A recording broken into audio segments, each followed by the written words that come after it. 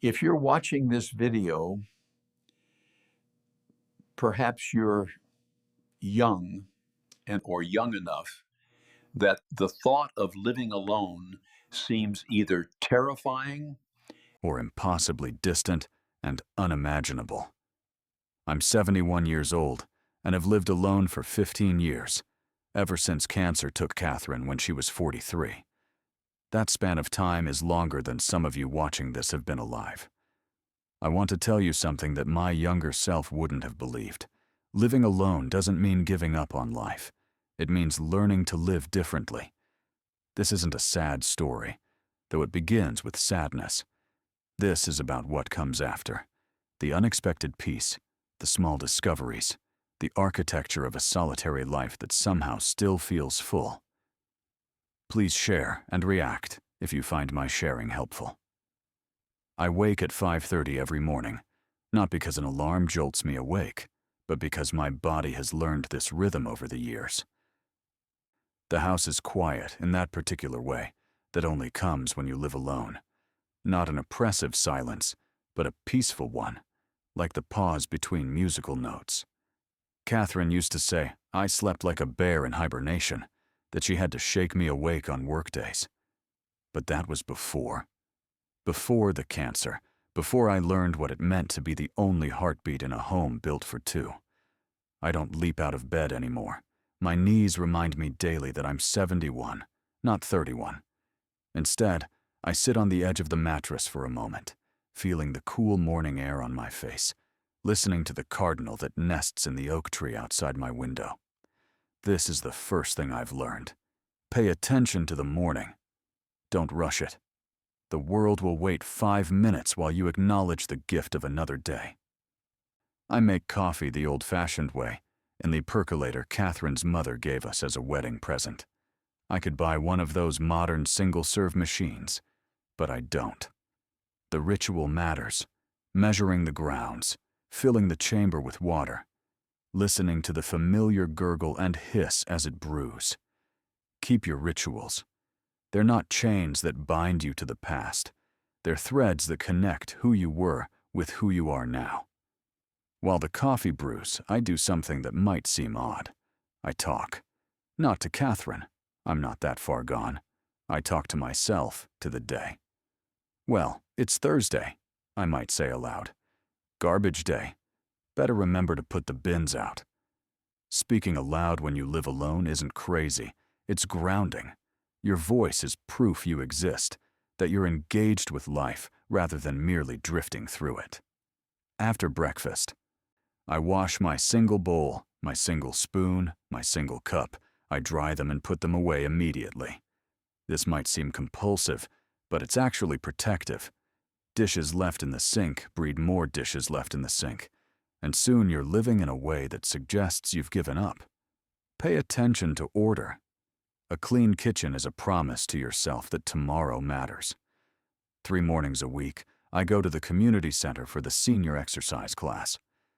I won't lie, the first time I went, 2 years after Catherine died, I nearly turned back at the door. The thought of walking into a room full of people, most of them couples, felt like wearing a sign that said, "Widower," across my chest. But I went in anyway, and I learned something crucial. Most people aren't studying your loneliness. They're too busy with their own lives.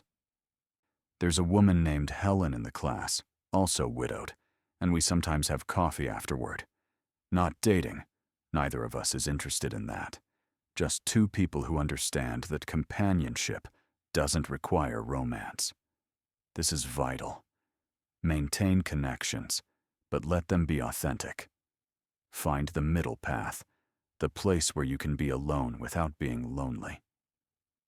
I volunteer at the library on Tuesdays and Thursdays, shelving books in the afternoon. The head librarian, a sharp young woman named Maya, treats me like I'm actually useful, not like she's doing me a charity favor. This matters more than she probably knows. Purpose doesn't retire just because you do. Find something that makes you feel needed, even if it's small. There are hard moments still. They ambush you when you least expect them. Last week, I found one of Catherine's hairpins behind the bathroom radiator during a cleaning session. Such a small thing, a curved piece of plastic and metal that once held her auburn hair away from her face. I sat on the bathroom floor and cried for 10 minutes. Then I washed my face, put the hairpin in the small box where I keep her wedding ring and favorite earrings, and finished cleaning. Here's what I need you to understand. The grief never completely leaves. You just learn to carry it better. Pay attention to these moments. Feel them. Don't run from them. Don't apologize for them. Then stand up and continue. This is not weakness. This is being human. I read every evening. Sometimes news, but mostly books. History, biography, the occasional novel. I belong to the library's book club. Though at 71, I'm usually the only man and among the youngest. Those women are sharp, funny, and don't coddle me. Last month we read a book about the Apollo missions, and Dorothy, who's 83, had met one of the astronauts in the 1970s. Her story was better than the book. Pay attention to other people's stories. Everyone alive is carrying an epic inside them. I FaceTime with my daughter Rachel every Sunday evening, and my son Daniel every Wednesday. They both live in other states, have their own busy families.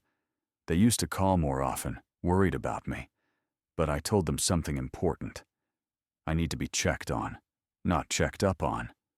There's a difference. One is care, the other is surveillance. I'm their father, not their child. Not yet, anyway. I keep a photograph of Catherine on my dresser, but only one. Not a shrine, just a presence. It's from our 10th anniversary, before the kids, before the cancer, when we were still young enough to believe we had forever. I say good morning to it sometimes, and good night. Some people might find that morbid, but it comforts me. She's part of my history, and history doesn't have to be hidden to move forward. And here's something I never expected. In this silence, in this solitude, I've discovered parts of myself I never knew existed. When you live with someone for decades, you become a version of yourself shaped by that relationship, not in a bad way, just in the natural way that two trees growing close together lean toward each other, shape each other's growth. After Catherine died, I had to figure out who I was without her. It was terrifying. It was also strangely liberating. I've learned to cook for one, which is harder than it sounds. Not the mechanics of it. That's simple enough. The hard part is caring enough to do it well when no one else will eat it, when no one else will know if you just had cereal for dinner 3 nights running. But I do it anyway. I make real meals, chicken with vegetables, pasta with homemade sauce, fish with rice and salad. I set the table with a placemat and proper silverware. Why? Because how you treat yourself when no one's watching, that's where your real character lives. That's where you discover whether you believe you're worth the effort. And here's what I've learned in 15 years of living alone. I am worth it. You are too, whoever you are reading this. You're worth the good meal, the clean kitchen, the morning ritual, the garden tended, the book club attended, the effort of staying engaged with life. I've made peace with silence, which is different from loneliness. Silence is the absence of noise. Loneliness is the absence of connection. I have silence every day. I have loneliness occasionally. When the loneliness comes, I don't fight it or pretend it isn't there. I acknowledge it, like an old acquaintance I didn't invite, but who showed up anyway. Then I do something. Call my daughter, walk to the neighbor's house, go to the library. Action defeats loneliness. Sitting with it just makes it grow. So let me tell you what I've learned. You who are young and reading this, perhaps wondering what these words from an old man have to do with your life. Living alone is not the same as being lonely. Alone is a circumstance. Lonely is a feeling. You can be alone and content, alone and engaged, alone and purposeful. The key is in what you do with the solitude. Do you use it to withdraw from life, or do you use it to engage with life in different ways? Here's what I want you to remember. You're stronger than you think. Life will ask things of you that seem impossible. Loss will come. It comes for everyone. You might find yourself alone when you thought you'd have company. You might face mornings that feel unbearable, nights that stretch too long, moments when you wonder if this is all there is. I'm not going to lie to you and say it's easy. There are nights when the house feels too quiet, when the absence is heavy enough to touch. There are times I reach to tell Catherine something funny and remember she's not there. There are moments when I wonder if this is what the rest of my life will be, managing, coping, making do. But then morning comes. And with it, another chance, another day of small rituals, tiny purposes, quiet connections. The cardinal sings outside my window. The coffee percolates. The day begins. And I'm still here, still trying, still engaged with this strange, beautiful, heartbreaking, worthwhile experience of being alive. You know what I've discovered in 15 years of living alone? The deepest truth isn't about loneliness, or companionship, or rituals, or purpose. It's this. You have to decide what kind of person you want to be when no one's watching, when there's no one to impress, no one to perform for, no one to see whether you try or give up. That's when you meet yourself, truly meet yourself, maybe for the first time. And you have a choice in that meeting. You can meet someone you're disappointed in, someone who's given up, who's bitter, who's let the pain of loss turn them hard and small. Or you can meet someone who's decided that even in loss, even in solitude, even in the changed landscape of a life you didn't plan for, you're going to show up, you're going to try, you're going to extend kindness to yourself and others. You're going to keep the garden growing. I hope you choose the second path. I hope when life asks hard things of you, and it will, you remember that an old man once told you, you can live alone without being lonely. You can carry grief without being destroyed by it. You can lose the life you planned and still build a life worth living. And most of all, remember this. Life continues. The cardinal still sings. The coffee still percolates. The sun still rises. And so do you. So do I. So do we all, each of us carrying our losses, our grief, our unexpected joys, our small purposes, forward into another day. That's what I've learned in 15 years of living alone.